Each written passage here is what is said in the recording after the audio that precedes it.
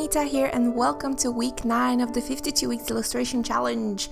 And the theme of this week is watercolor, and so I had a bit of a problem because watercolor is something I do normally. It's not really too much of a challenge. So it took me a while before I figured out what to challenge myself about, the theme. And as you can see, I have a little bit of a different setup this week, and my working space, this piece of cardboard I use to record on, I've covered it with plastic wrap, just the regular kind that you would normally use for wrapping food. And I've dug out my some cheap watercolors. They're just Talent's watercolors in tubes, and I'm using them to, as you can see, spread them on top of the plastic. The idea came from paper marbling, but of course for the original paper marbling you need a bit more supplies and technique, and I didn't really have time to get into that. And so I watch a lot of different kind of videos, a lot of different topics. One of them is card making, even though I don't make cards. And I've noticed a lot of the card makers use this technique when they actually spread ink on top of a plastic sheet, and then they just put their paper in it. And I thought, that's kind of fun. I'm gonna use it too. I mean the technique, not the paper. So I have this spray bottle, and I'm spraying my watercolor paint with a lot of water. It's just kind of like a trial and error thing. I've never done this before, so as you can see, it looks really bad. I've used too much water in the first try. Definitely should have thought about it. But the reason why I'm actually doing it is because I really wanted to do the background in a different way that I would normally do, and kind of build my illustration on top of that. So as you can see, I'm using the heat gun to dry the first layer, and the reason I'm actually showing is because I had a lot of buckling going on with the board that the paper was glued to, taped to, sorry. And so I'm kind of like moving it around a bit after drying it, so that the paper stays flat. After, I wasn't really happy with the colors I had in the tube, so I actually came to my regular watercolor set, and I just used a paintbrush and smeared a lot of it on the plastic, and then sprayed a little bit less water this time. A bit less. And I'm kind of looking where I want the color to go, and I'm doing it in layers. I think I did like 6 layers overall, just adding the exact same color. I'm not actually doing a new color over here. I'm just putting the paper, kind of like touching it to the surface, and then drying it, and then touching it again and drying it. Kind of like build up the splotches and the watercolorness, just to start getting some kind of image, and then I would decipher that image. And it was a lot of fun. It was very, very relaxing. This is definitely something I'm gonna do more, maybe not for just illustrations, but just for fun. Because it was really relaxing. I had so much fun doing this. I'm using a different, similar kind of shade, but slightly darker than the blue I was using before. And every single time I'm kind of like checking where I would like to have a bit more of that color. And I've decided that I really wanted to do a horizontal piece, so I figured I would do a lot of color at one edge, at the bottom edge, to kind of make sure that I would go for that horizontal piece. And then I'm cleaning up my surface, and I'm starting to kind of look at the shapes. And the first shapes that was literally staring back at me was this shape here. And to me, it was kind of like a moose, but a moose head with a little body. But in the end, I figured that it was a goat. It was a goat. And so I've started just putting in some pencil lines, but I quickly realized that it was not necessary. And so just very, very carefully, I'm using my gel pen to add the details. And I'm making a lot of stops just because there is only one go. I don't have any, I have to decide on the shape and I can't change it afterwards. So you can see me kind of really paying attention where I put the lines. And at some point I've decided that there was a wing there as well, so the goat is winged. And once I had this animal just drawn in, I started thinking more about, what was happening to that goat. I mean, what was the scene? I had to create a scene. And so I kind of looked around and I saw a big dog head on the side. That's where I'm drawing right at the moment. It's a very derpy head. Not very, I don't really know what kind of dog that would be, but maybe it's actually not the most important part. It's some kind of a dog. And so I'm very, very carefully putting in the lines, and I'm really making decisions as I go. Do I want to have one paw or more paws, or do I want it to do something? Where does its eye go, or mouth? All these kind of little things. Like, I kind of wish that I put the ear a little bit lower. But in the end, that's, you have to accept what you're adding. And I wasn't really happy with, it didn't pop. Just the goat popped much more, of course, because the painting is darker at the bottom than it is at the top. And I've kind of taking it one step at a time. After I've added the dog, it felt really empty. And so I've kind of started creating some, I figured, that the dog is laying in the grass. And so I started creating grass blades, but the whole picture and the color of it, it kind of reminded me of the sea. A lot of things remind me of the sea. I was born by the sea, and just because I live away from the sea at the moment is really weighing down on me. So I've been discussing recently with my boyfriend the idea of moving, and we've been checking a lot of different places by the sea. And so the sea was very firmly in my head at that time. So I've decided very early on, kind of subconsciously, is that the word? Subconsciously, that this scene was taking place underwater. And so that grass, some kind of underwater plant, I wanted it to move like water, to be very organic, very free-flowing, kind of. If you look at it, it's supposed to be wavy and very, there's kind of indicating that water movement. And I'm also adding them one at a time. I usually have a very firm sketch when I start painting, and I don't really leave anything to chance.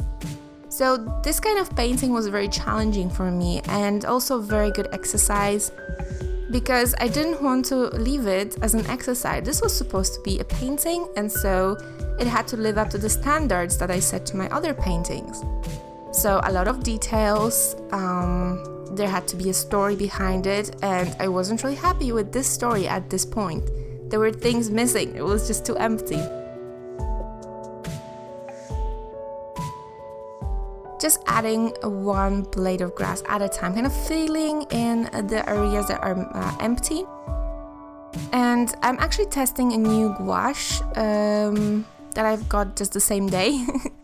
And this is the Winsor Newton gouache. I bought it in two versions. One is permanent white and the other is zinc white. And so I was kind of curious about what the difference was, so I'm testing both of them. It seems that the zinc white is a little bit more opaque than the permanent white, which doesn't make much sense, doesn't it? But I'm really not sure. I have to do more research about it. Didn't even read the description. But it's a really, really creamy gouache. But because I've added a little bit of more water to it, so that I could make all those crazy swirly shapes. So I often have to go back after the first layer dries, just to add an extra layer to make it clearly white, because the blue paint is very pigmented, and so it picks up a little bit and mixes with the white. And that's okay, because I really like that about gouache, because by adding those layers, it really makes it look like the grass kind of belongs there, like it blends in with the background instead of just being extremely sharp and standing sharp against the background, if that makes sense. And just some adding like blades going a little bit higher. At that point I've decided, okay, this is my foreground grass, so I can draw in a little bit more of that dog. And even though I wanted to add a bit more body to it, I've decided that it wasn't necessary at that time, so because I was too much into drawing those plants. And I actually really like drawing this kind of little detailed, how do you call it, little bushes, little blades of some kind of greenery plants. I really like how it makes the whole painting look a little bit more interesting. It adds a little extra point of interest. And this is one of the good examples of how I'm making my decisions as I go. As you can see, I've started those, I don't know what they are, just let's say those plants. I've started those plants and they're kind of floating in between the blades. They're not connected to anything I mean. And when I finished the last one here, I decided that I wasn't happy with that, and so I just connect them with the grass beneath and kind of makes it all fit together. And it's totally fine to do that. So I kind of always feel that painting is something that evolves as I go. It often happens that even though I have a sketch and an idea in my head, sometimes along the way I change a lot of things. Or maybe that's a bit of an exaggeration, but I change some of the things. And here I wanted to create more depth. So I really enjoy drawing the blades of grass. And so I've decided to just use the same blue, watered down blue that I've used for the background. And just draw some distant plants. They're just, waving somewhere in the back. Here, of course, I'm out of camera, because why not? But nothing interesting happened there, just the same old thing. And I'm just adding blade by blade, and at some point I've decided I wasn't really happy with how delicate it looked, so I'm adding extra layers, and I'm adding gradually a little bit more paint to the mixture, so that I'm having I can have different shades of this blue to indicate, that of course the plants are at a different distance. And I'm also adding, these little stones. It's really organic way of painting. I'm just looking at it at that point and thinking, what else could I paint here to make it feel a bit more complete? And I felt that the foreground started to look a little bit too bright. I really enjoyed those dark blue splotches, spatters on the sides that got covered by the white gouache. And so by adding that little path of stones under the goat, I kind of wanted to give back the balance to the foreground. And that's the same reason why I've decided to add a little bit darker blue plants in the front.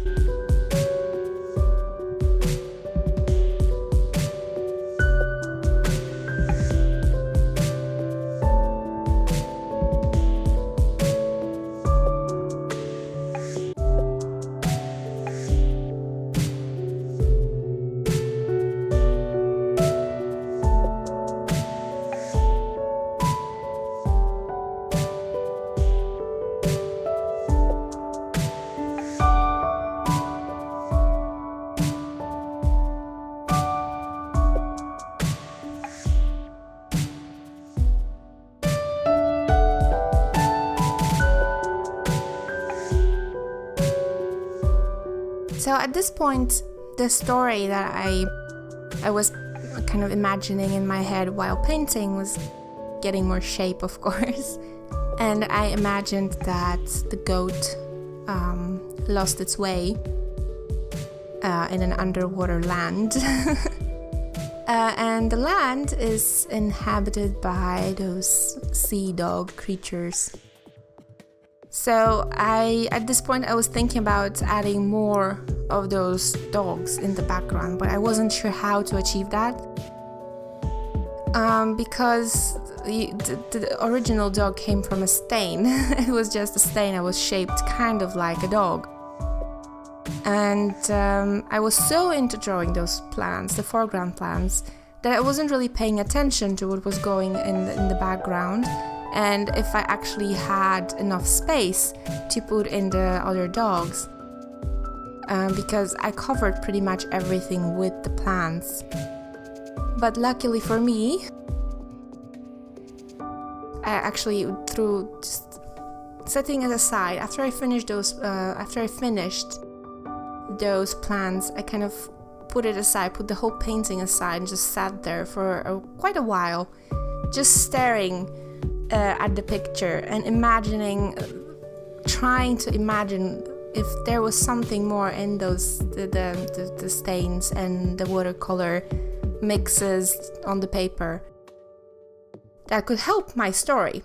Because I didn't want to paint anything just out of nothing like I would in a normal painting. I wanted everything to be already in that background. And I was completely prepared to actually change the story. The picture itself, the background, dictates the story that's being told. And that was the big challenge. So before I actually started, I was still thinking about, I wasn't happy. I wasn't happy with how it looked really bland to me. Let's put it just this way.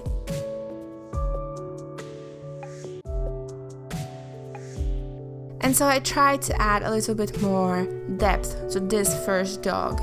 And so I just took out my trusty Copic Ciao and started kind of like feathering it from the edges.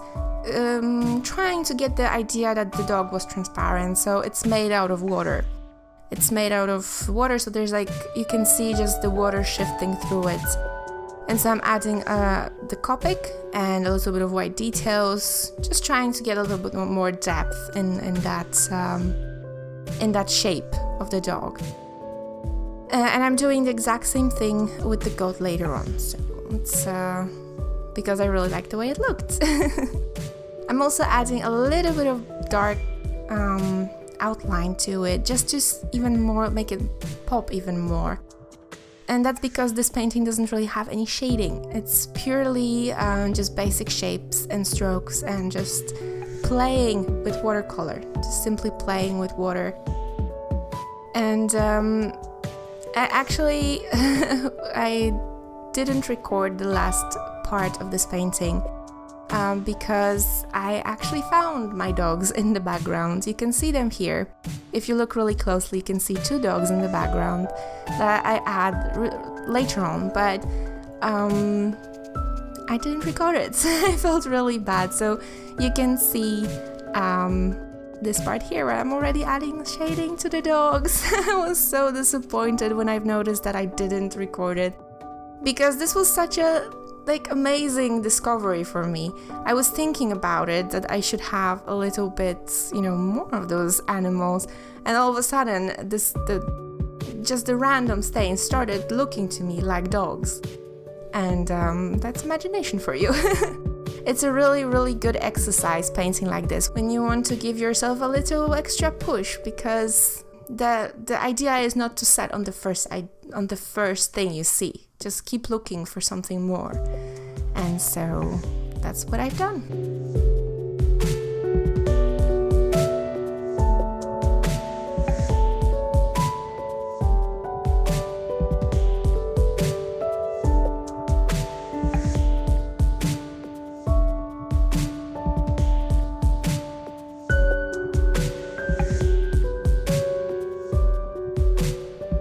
And that's pretty much for this week, guys. I highly encourage you to try this technique by yourself because it's super fun. It's something really extremely enjoyable and kind of easy to, not reproduce, but kind of easy to make really interesting.